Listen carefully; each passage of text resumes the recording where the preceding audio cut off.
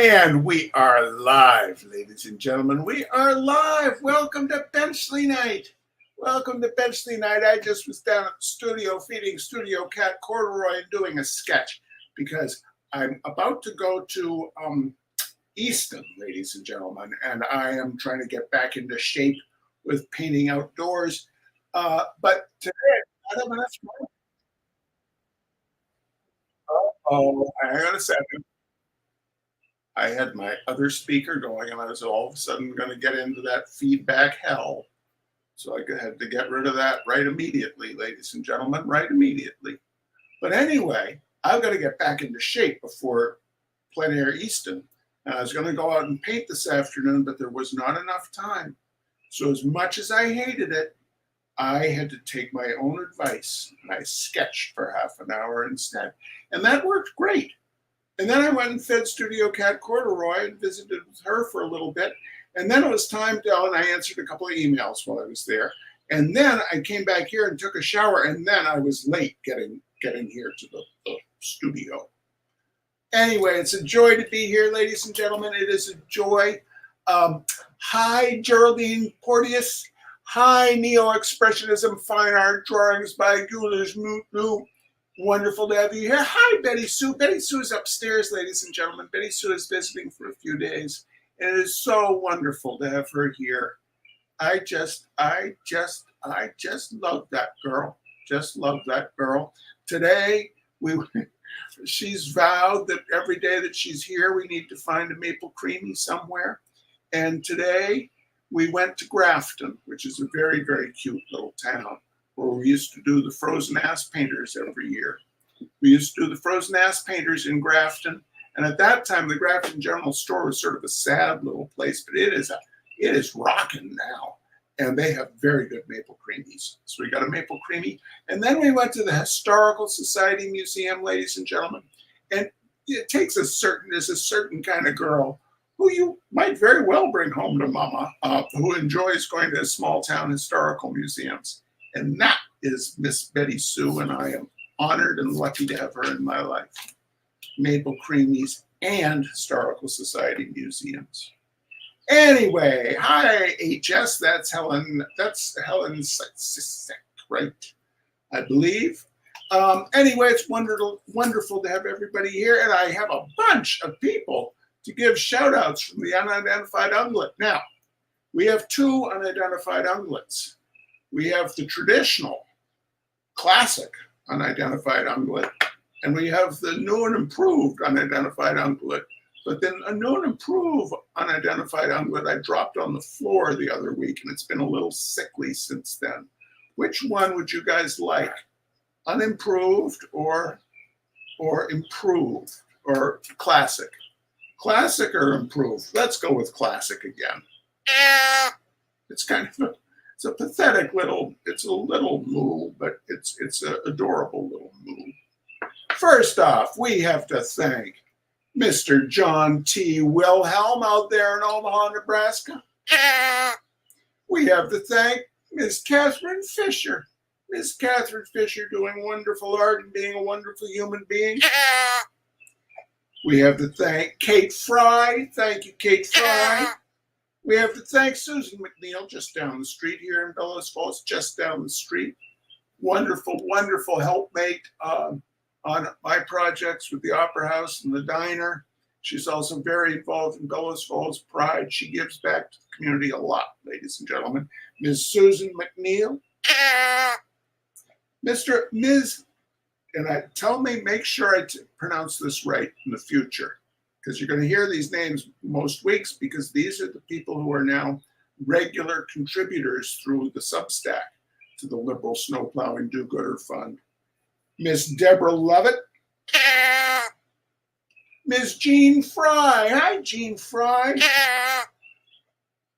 Mr. James Gilbreth, the artist in it's at Texas Rail Yard Studios, Plano, and I forget exactly which town in Texas, but excellent artist, Mr. James Gilbreth.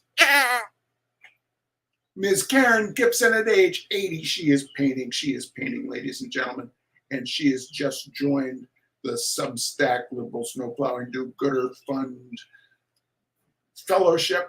Thank you, Ms. Karen Gibson. As ever, Ms. Martha Rowley in Saxons River, Vermont. Ms. Martha Rowley, one of the great human beings of this or any other era. And out there in Pittsburgh, Pennsylvania, you know him, ladies and gentlemen. You know him, and you love him almost as much as I do. You know he has a wonderful wife named Elise. You know he has a wee little dog named Ginger. And I know that he is my very, very, very tall cousin, Mr. Nat Hunter, and his wonderful wife Elise and his wee dog Ginger.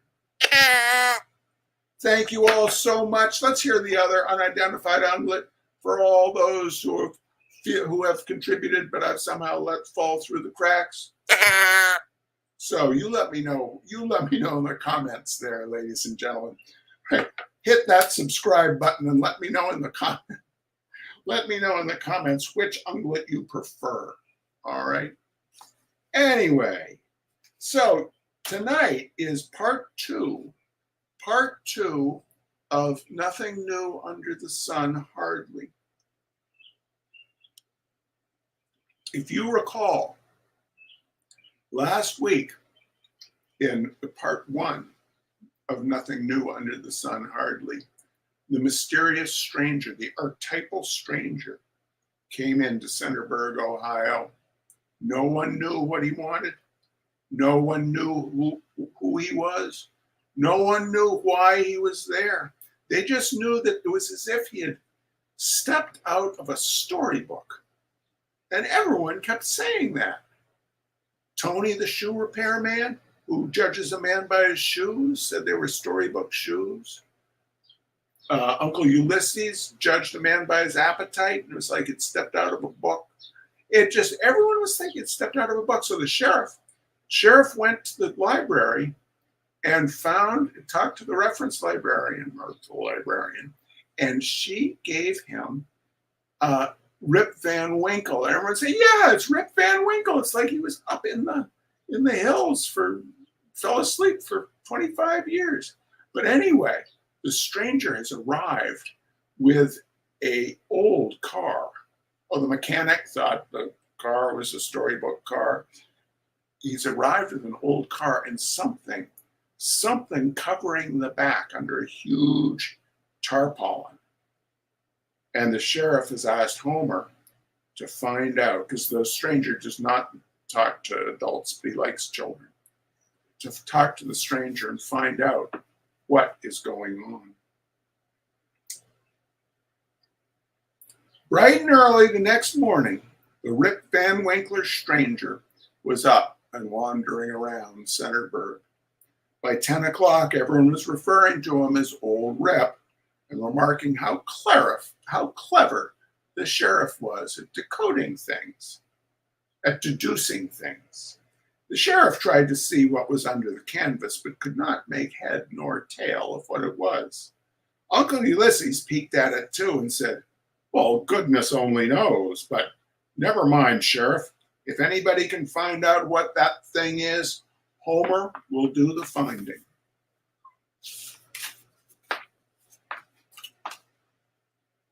The same afternoon, after school was dismissed, Uncle Ulysses and the sheriff saw Homer strolling down the street with Old Rip. Looks like he's explaining something to Homer, said the sheriff. Homer will find out, said Uncle Ulysses proudly. Then they watched through the barbershop window while the stranger took Homer across the square to the parking lot and showed him his car. He lifted one corner of the canvas and pointed underneath while Homer looked and nodded his head.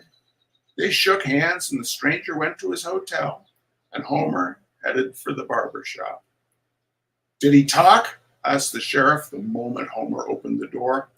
What's his name? Asked Uncle Ulysses. What is he doing? Asked the barber. Yep, he told me everything, said Homer. Sounds just like a story out of a book. Yes, son. Did he get amnesia up in the hills? Asked the sheriff.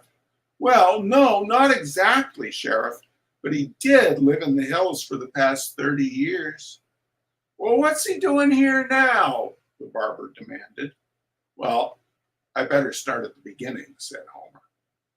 That's a good idea, son. That's a good idea, said the sheriff. I'll take a few notes just for future reference.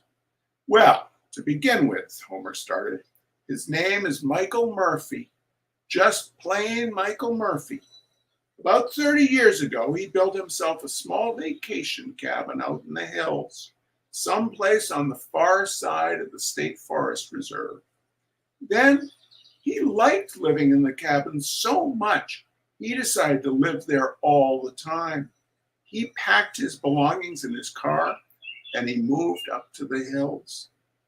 He decided to be a dermot, asked the sheriff. Not exactly a hermit, Homer continued, but yesterday was the first time that he came out of the hills and saw people for 30 years. That's why he's so shy. But he's moving back to civilization, said Uncle Ulysses. That comes later, said Homer. I've only told as far as 29 years ago. Can you skip a few years, son, and get to the point? Asked the sheriff.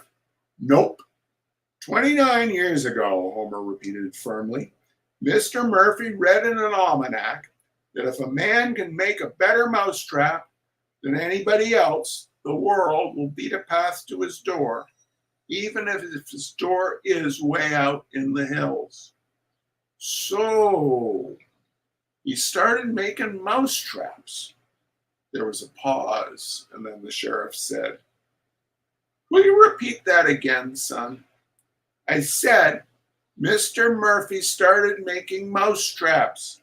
He made good ones, too, the very best. And when one of Mr. Murphy's mousetraps caught a mouse, that was the end of that mouse for all time. The sheriff forgot all about taking notes as Homer continued, but nobody came to buy the traps. But that was just as well, you see, because 28 years ago, Mr. Murphy began to feel sorry for the mice. He came to realize that he would have to change his whole approach. He thought and he thought, and finally he decided to build mousetraps that would not hurt the mice. He spent the next 15 years doing research on what was the pleasantest possible way for a mouse to get caught. He discovered that being caught to music pleased mice even more than being caught with cheese. Then, said Homer, Mr. Murphy set to work to make a musical mousetrap. That would not hurt the mice, inquired Uncle Ulysses. That would not hurt the mice, Homer stated. It was a long and hard job, too, because first he had to build an organ out of reeds that the mice liked the sound of, and then he had to compose a tune that mice could not possibly resist. Then he incorporated it all into a mousetrap. It wouldn't hurt the mice, interrupted the barber. It would not hurt the mice, Homer went on. The mousetrap caught mice all right. The only trouble was it was too big. What with the organ and all sorts of sort of impractical for general use because somebody had to stay around and pump the organ the whole time. Yeah, I can see that wouldn't be practical, said Uncle Ulysses, stroking his chin. But with a small electric motor, but he solved it, Uncle Ulysses. The whole idea seems very practical after you get used to it. He decided that since the trap was too large to use in a house, he would fasten it onto his car, which he had not used for so long anyway. Then he could drive into a town, make a bargain with the mayor to remove all the mice. You see, he would start the musical mousetrap to working and drive up and down the streets and the alleys. Then all of the mice would run out of the houses to get themselves caught in the trap that plays music that no mouse that has ever been born can possibly resist. After the trap is full of mice, Mr. Murphy drives them past the city limits, somewhere where they cannot find their way home, and then he lets them go. And Charbonneau has come. Charbonneau has come to join us because he likes stories about mice. He doesn't believe in mouse traps. He believes in mouse eats. Charbonneau's disgusted that I am not giving him treats. It's because I'm busy reading, Charbonneau. You can have a treat later. After the trap is full of mice, Mr. Murphy drives them out past the city limits, somewhere where they can't find their way home, and he lets them go. Still without hurting them, suggested the barber. Of course, said Homer. The sheriff chewed on his pencil. Uncle Ulysses stroked on his chin, and the barber ran his fingers through his hair. Homer noticed the silence and said, I guess the idea is sort of startling when you first hear about it, but if a town has a water truck to sprinkle streets and a street sweeping truck to remove dirt, why shouldn't they maybe just hire Mr. Murphy's musical mousetrap once in a while to remove mice? Uncle Ulysses stroked his chin again and said, By gum, that man Murphy's a genius. I told Mr. Murphy that you would understand, Uncle Ulysses, said Homer. I told him the mayor was a friend of yours, and you could talk him into anything, even hiring a musical mousetrap. Who ever heard of a musical mousetrap? Said the sheriff. It does not hurt the mice, added the barber, as Homer and Uncle Ulysses went off, arm in arm, to see the mayor. It scarcely took Uncle Ulysses and Homer half an hour to convince the mayor that Mr. Murphy's musical mousetrap should be hired to rid Centerburg of mice. While Uncle Ulysses chatted on with the mayor, Homer dashed over to the hotel to fetch Mr. Murphy. Homer came back with the bearded inventor and introduced him to the mayor and Uncle Ulysses. The mayor opened a drawer of his desk and brought out a bag of jelly beans. Have one, he said to Mr. Murphy to sort of break the ice and to make his shy visitor feel at home. Mr. Murphy relaxed and answered the mayor's questions without blushing too much. How do we know if this thingamajig of yours will do what you say it will? Asked the mayor. Mr. Murphy just whistled a few bars of music. Tum-tidy-ay-ay. And a couple of mice jumped right out of the mayor's desk. And here's the picture, ladies and gentlemen. Here's the picture. There's Mr. Murphy. There's Homer. There's Uncle Ulysses. And there are two little mice just jumping out of that drawer. Charbonneau is now lying on the keyboard. So if everything freezes, that's why, ladies and gentlemen. He's a very good cat, but he's a very participatory cat. Mr. Murphy just whistled a few bars, and a couple of mice jumped right out of the mayor's desk. Of course, Homer explained, the mice come quicker and get removed when the mousetrap plays that tune through the streets. Mr. Murphy guarantees to remove every single mouse from Centerburg for only $30. It's a bargain, said the mayor. I wondered where my jelly beans were disappearing to. And he shook hands. He shook hands with Mr. Murphy. Then he proclaimed Saturday as the day for demousing Centerburg. Don't knock that over, Charbonneau. Hang on. All right. Saturday for the day for demousing Centerburg. By this time, everyone knew the shy stranger's name was Michael Murphy, but people still spoke of him as Rip Van Winkle, Rip for short, because of the sheriff's deduction. Everybody talked about the musical mousetrap that did not hurt the mice, and the mayor's demousing proclamation. The children especially were looking forward to the great event. They watched with interest while Mr. Murphy went over his car and his musical trap to be sure that everything was in perfect working order.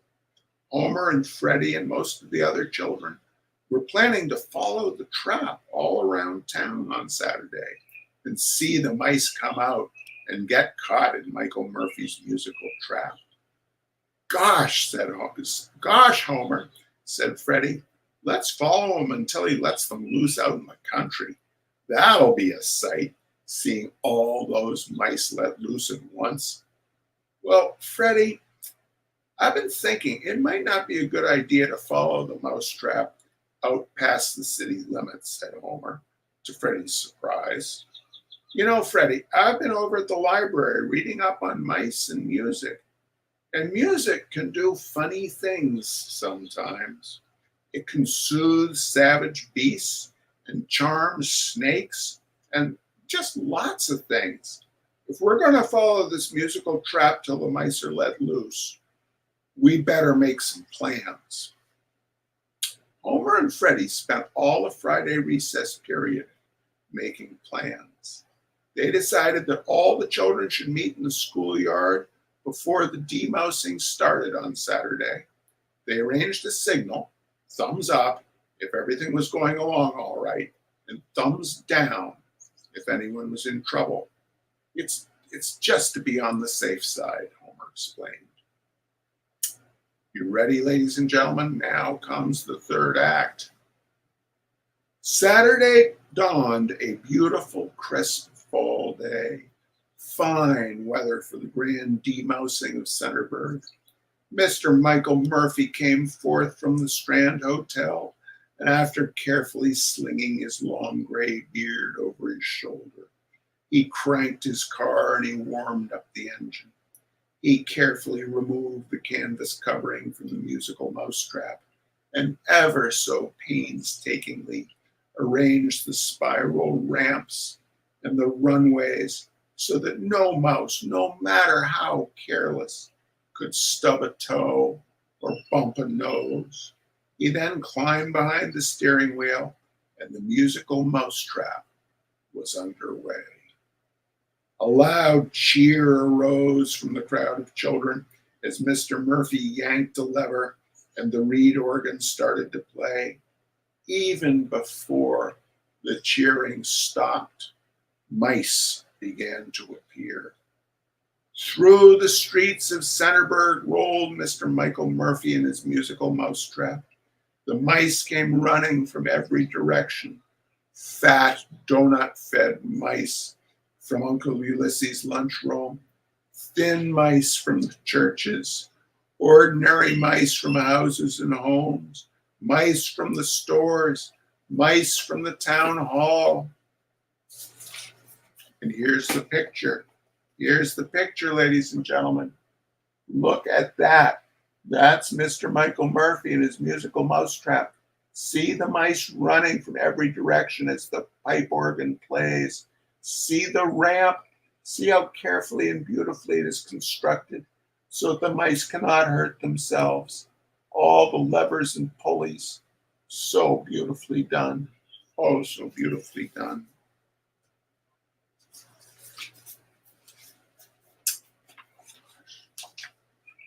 They all went running up the ramps and runways, and they disappeared in Mr. Michael Murphy's musical mousetrap.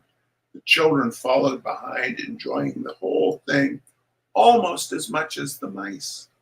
After traveling down every street in town, the procession came to a stop in front of Town Hall, and the mayor came out and presented Mr. Murphy with his $30 fee, 30 bright, crisp, new $1 bills. Just as the mayor finished counting out the bills into Mr. Murphy's hand, the sheriff stepped up and said, Mr. Murphy, I hope this won't embarrass you too much. In fact, I hate to mention it at all, but this here musical mousetrap of yours has got a license plate that is 30 years old. A new license. will cost you just exactly $30. Mr. Murphy blushed crimson under his beard. It's the law, you know, and I can't help it, apologized the sheriff.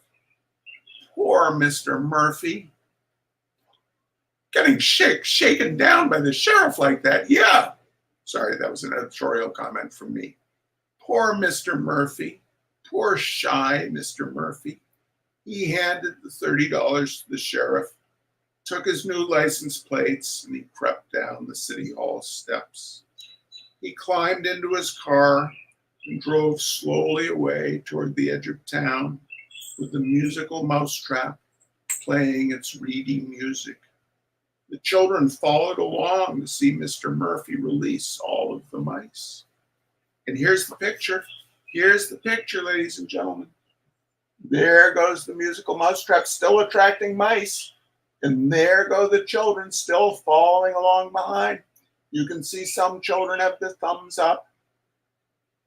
All those mice, all that music. Poor Mr. Murphy. Oh, gosh. I hated to do that, Mayor, said the sheriff as the procession turned out of sight on Route 36A. It's the law, you know, and if I hadn't reminded him, he might have been arrested in the next town he visits. There's no telling how this demousing would have ended if the children's... Oh, I thought he was still talking. Sorry, read that wrong. It's the law, you know, and if I hadn't reminded him, he might have been arrested in the next town he visits.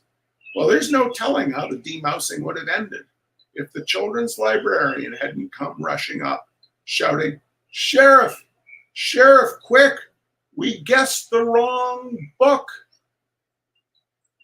What? Shouted the sheriff and the mayor and Uncle Ulysses. Yes, gasped the children's librarian. It's not Rip Van Winkle, but it's another book. The Pied Piper of Hamelin. Jiminy Christmas, yelled the sheriff, and almost every child in town is following him this very minute. And here's the moment, ladies and gentlemen, here's the moment. The children's librarian gesturing to the mayor and to the sheriff. And the children are disappearing in the distance with the musical mousetrap. Oh my goodness. The sheriff and the librarian and the mayor and Uncle Ulysses, they all jumped into the sheriff's car and they roared away after the procession. They met up with the children just outside of the city limits. Come back, turn around, children, they shouted. I'll treat everybody to a donut, yelled Uncle Ulysses. The children did not seem to hear. The children kept right on following the musical mousetrap. Oh, the music must have affected their minds, cried the librarian. Sheriff, we can't lose all these children, not with election time. Not with election time coming up next month, said the mayor. Let's give Murphy another $30. That's the idea, said Uncle Ulysses. Drive up next to him, Sheriff, and I'll hand him the money. The sheriff's car drew alongside the musical mousetrap, and Uncle Ulysses tossed a wad of $30 bills onto the seat next to the shy Mr. Murphy. Please don't take them away, cried the librarian. Come, Murphy, let's be reasonable, shouted the mayor. Mr. Murphy was very flustered and his steering was distinctly wobbly. Then the sheriff got riled and yelled at the top of his lungs, Get him low! Get him go! Darn it! Let him go! Let him go, Murphy! And that is exactly what Mr. Murphy did. He let them go. He pulled a lever and every last mouse came tumbling out of the bottom of the musical mousetrap. And such a sight it was, well worth walking to the city limits to see. The mice came out in a torrent. The reedy organ on the musical mousetrap stopped playing, and the squeaking of mice and the cheering of children filled the air. The torrent of mice paused, as if sensing direction, And then each Centerburg mouse started off in a straight line to his own Centerburg mouse hole. Mr. Murphy did not pause. He stepped on the gas and the musical mousetrap swayed down the road. The mayor, the children's librarian, the sheriff, Uncle Ulysses, and the children watched it grow smaller and smaller, and it finally disappeared. Then Uncle Ulysses remembered the children. He turned around and noticed them grinning at each other and holding their thumbs in the air. They paid no attention whenever they were called. That music has pixied these children, he moaned. No, it hasn't, Uncle Ulysses, said Homer, who had just come up. There's not a thing the matter with them that Doc Pelly can't cure in 2 shakes. Just to be on the safe side, Freddie and I asked Doc Pelly to come down to the schoolyard this morning and put cotton in all the children's ears. You know, just like Ulysses. Not you, Uncle Ulysses, but the ancient one. The one that Homer wrote about. Not me, but the ancient one. You mean to say Doc Pelly is mixed up in this? Asked the mayor. Yeah, he thought it was awfully funny, our being so cautious. Uncle Ulysses laughed and said, round them up, we'll all go down to the lunchroom for donuts and milk. Sheriff, said the mayor, with election time coming next month, we gotta put our heads together and cook up a good excuse for spending $60 of the taxpayers' money. And that, ladies and gentlemen, is the end of Nothing New Under the Sun Hardly. Now, I'll be gone the next few weeks. I'll be down there at Plein Air Easton. Then I'll be, where will I be after that? I'll be out of Door County. Wisconsin, judging the Door County Plein Air event. There's one more story in Homer Price that we'll have after I get back. Until then, there won't be another Benchley night until the beginning of August. So until then, you take good care. Thank you so much for joining us. I hope you've enjoyed this. Come back again for another Benchley night. Bye-bye.